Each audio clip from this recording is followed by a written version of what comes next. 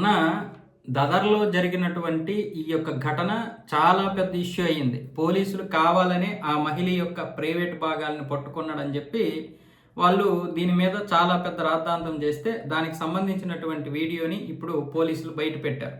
ఇదిగోండి మీరు చూడండి.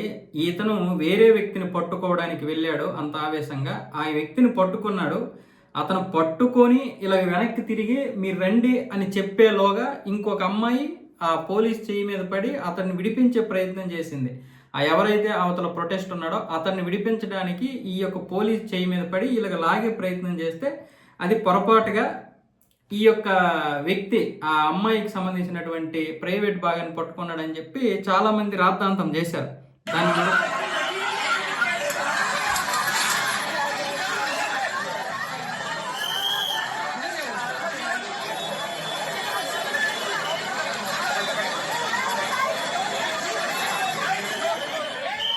మరి ఆ తర్వాత అయినా సరే పోలీసు విడిచిపెట్టేయొచ్చు కదంటే, ఆ తర్వాత అయినా సరే అతడు కాదు విడిచిపెట్టాల్సిందే. ఆవిడ అతని చెయ్యి మీద నుంచి లేవాలి.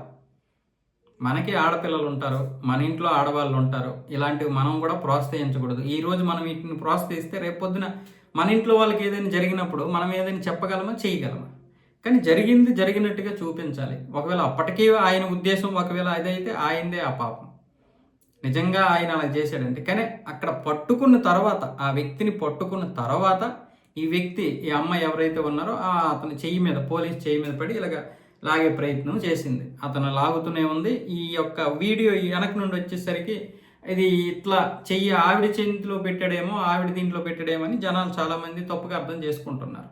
దీనికి పోలీసులు క్లారిటీ ఇచ్చేటటువంటి వీడియోని వెతికి పెట్టి మరి దాన్ని విడుదల చేశారు. ఎందుకంటే ఆ వ్యక్తిని సస్పెండ్ చేయొచ్చు, లేదా తర్వాత డిస్మిసే చేయొచ్చు. ఒక కుటుంబం రోడ్డును పడుతుంది. ఇప్పుడు పోలీసులు ఎలా చేస్తారు? పైన ఉన్నటువంటి వారి ఆదేశాల మేరకు చేస్తూ ఉంటారు పనులు. వీళ్ళ పని ఏంటంటే రేపు పొద్దున వేరే వాళ్ళు ఇదే సీజీపీలో ఉన్నటువంటి వారు ఒకవేళ రేపు అధికారంలోకి వచ్చి మీరు పోలీసులు ఈ విధంగా చెయ్యండి వాళ్ళ మీద అంటే వాళ్ళు అలాగే చేస్తారు. వాళ్ళు అధికారులు చెప్పినటువంటిది చేయడం వరకే వాళ్ళ పని. అందుకోసమని ఈ వీడియోని విడుదల చేశారు.